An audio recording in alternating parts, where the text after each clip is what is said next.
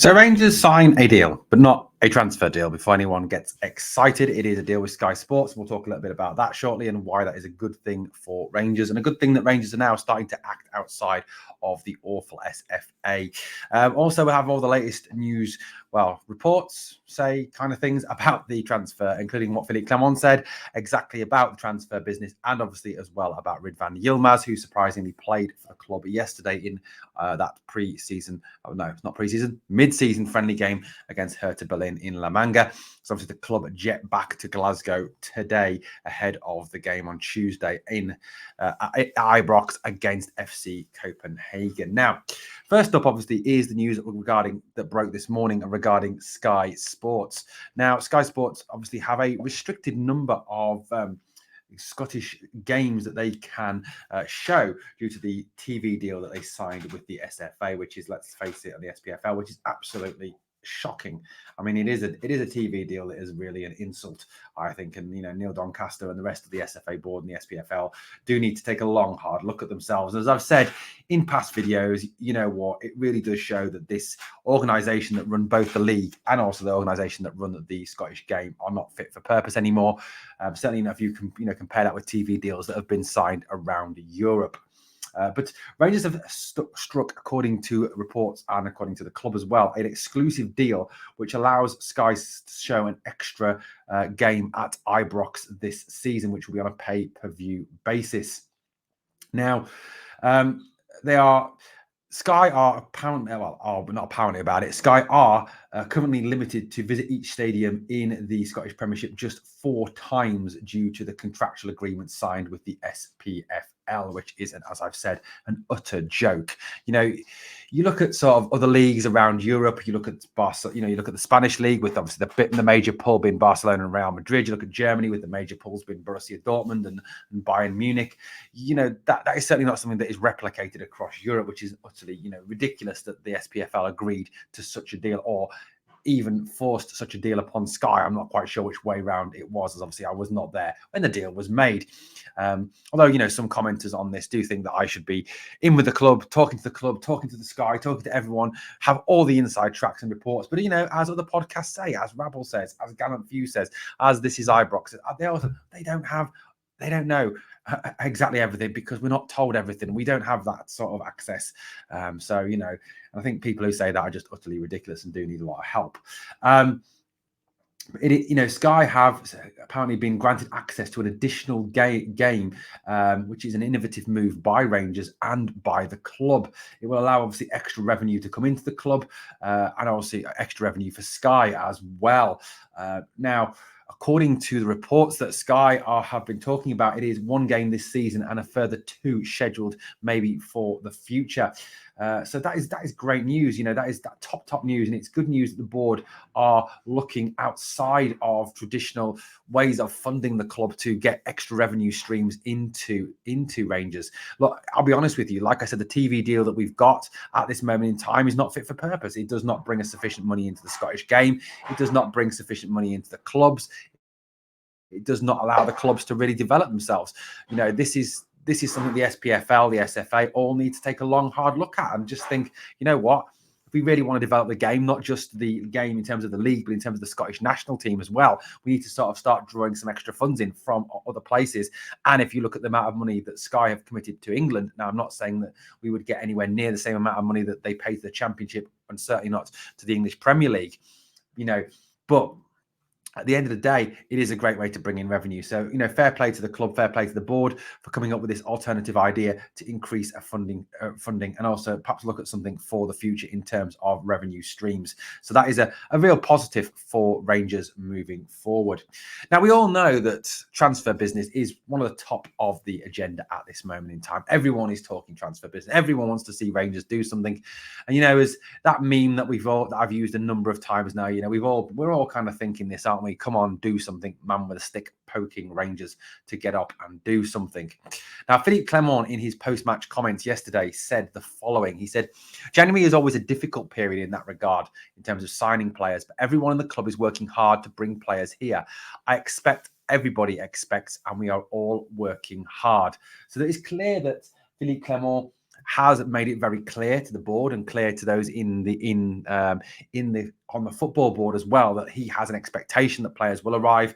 Where those positions are and whether it'll be a loan or a permanent deal, I don't know. I'm not privy to that information. Nobody is. It's kept within the club.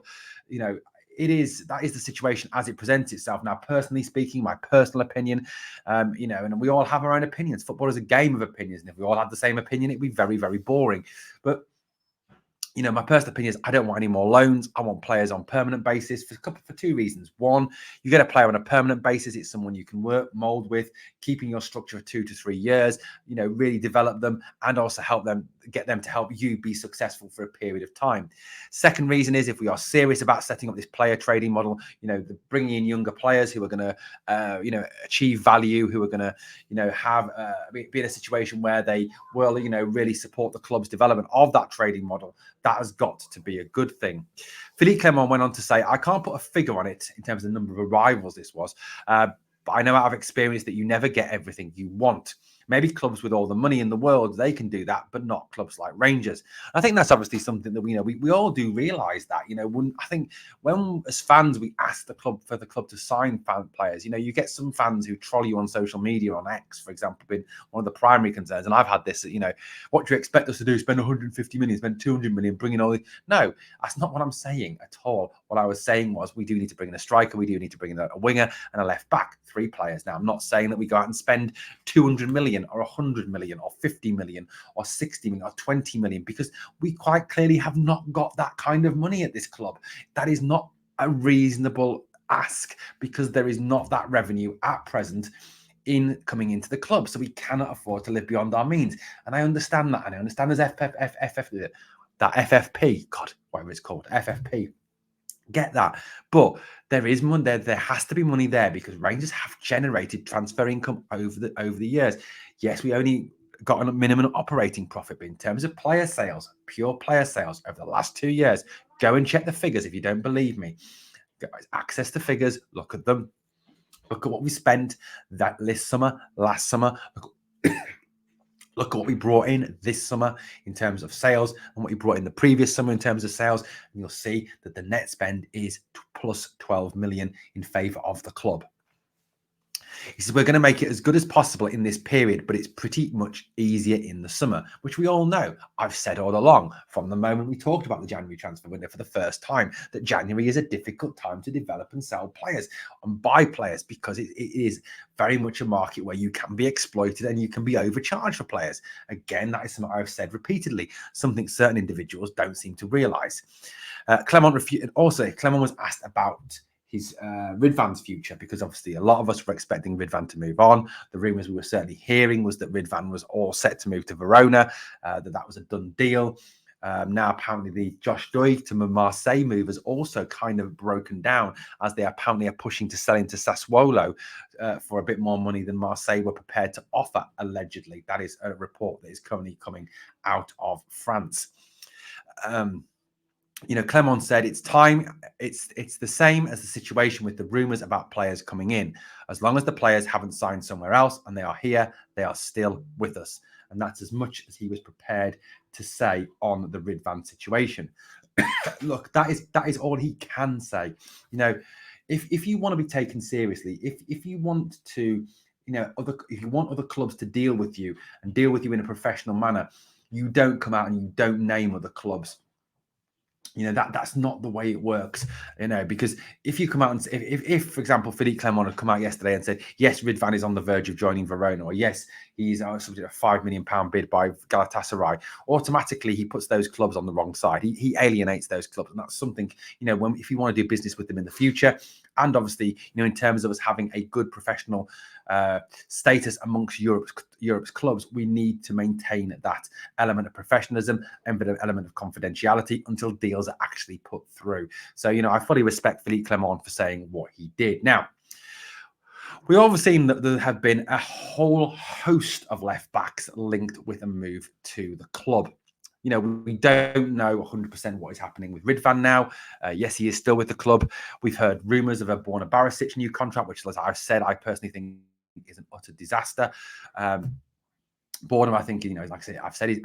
I'm not going to say any more on Borna. You know my views on Borna, but we're very unclear as to what the future holds for Borna, what the future holds for Ridvan. So left back is quite quickly becoming an issue for the club. Our main issue is striker, 100%. Spot on, but you cannot afford to leave your squad unbalanced, and you cannot afford to leave your squad short in certain areas. Philippe Clement said at the very beginning, when he signed his contract with the club, when he came to the club, that this squad is in balance. That was his words. That's what he said. Now, Rangers have, according to rumours, and again, it's all rumours, and I understand that, and I'm just sort of talking about this in terms of what the fans are talking about. And that's the idea of what we do on this channel. We talk about what fans are talking about. We get opinions from fans. Okay, we are not the fountains of all knowledge. We are not the be-all, end-all of all knowledge. Nobody is. Not even the journalists that have access to Ibrox day in, day out are the fountains of all knowledge. Now, the latest name that has been linked after a whole succession of left backs is a guy called David Jurasek, who is a Benfica player and a Czech international. Now, Jurasek joined Benfica in the summer, this past summer, and signed a contract until 2028. His market value is currently set at around £8 million. Now, obviously, we cannot afford £8 million for a left back. 100% cannot afford that. Understand that. Get that. Before anyone comes in and says, look, you're talking rubbish, I know we can't afford him. Now, the rumor that is, or the reports, guys, I prefer to use the word reports, the reports that are going around about Jurasek, who started his career at Slavia Prague, which is obviously the same club that Abdallah Sima played for, is that it will be a 6-month loan deal only, with no option to buy at this time. Now, Benfica have used Jurasek sparingly this season, and he's fallen down the pecking order at Benfica.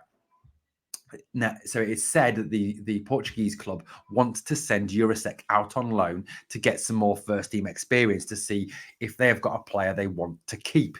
He has only made 12 appearances this season and is essentially just a squad player at Benfica. But what we've got to kind of realize, I think, is this is the kind of the market we're shopping in, isn't it? We are shopping in a market where we are looking at squad players from some of these big, huge teams around Europe, like Benfica, for example. I mean, we went after Owen Beck, allegedly, from Liverpool. Again, a squad player who had been on loan at Dundee.